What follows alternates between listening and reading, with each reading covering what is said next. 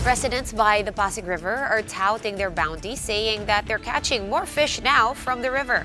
However, the Pasig River Rehabilitation Commission warns that they still need to run a few tests to find out if these fish are fit for human consumption. Faith Del Mundo with the story. Romy De Los Santos said he had been fishing in Pasig River ever since he was 15 years old. Now at 60, the river continues to provide food for his family. He noticed that his catch had been increasing in the previous days. Mas marami ngayon.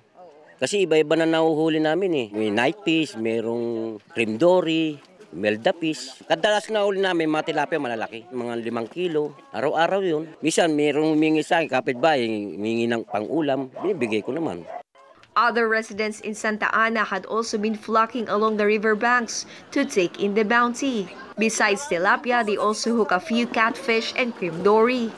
At times, when they catch more than they need, they say they're able to sell them to their neighbors. Bumibili ng 50 pesos, gano'n, 100. So nagbebenta rin? Kasi madami mami, plapla, tsaka tilapia, minsan hito, dalag. Sulit sa akin yung nalilibang lang ako eh. Yung tanggal stress, gano'n. But it's not always often that they bring in enough. The men said their catch dwindle whenever boatmen come in and use electric poles to catch fish. Still, they've noticed that there are more fish now compared to the previous years. Kaya lang kami hindi makahuli ngayon kasi meron dumadaan na nangunguryente, madaling araw.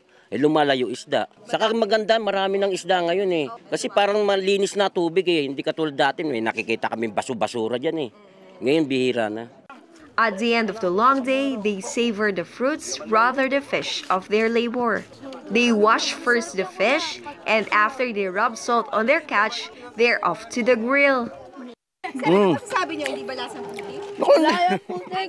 Lahat ng isda talaga, lahat ng tilapia. Kain to.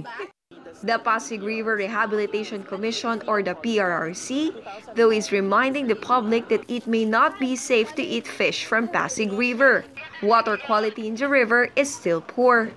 Yung 2009 study ng PRRC when it comes to fecal coliform, 1.2 trillion pa at that time. Ngayon, 82 million na lang. So, kumbaga, lahat ng rehabilitation efforts from easement recovery down to public awareness, it all contributed. They all contributed sa rehabilitation at pag-improve ng water quality ng Ilog Pasig.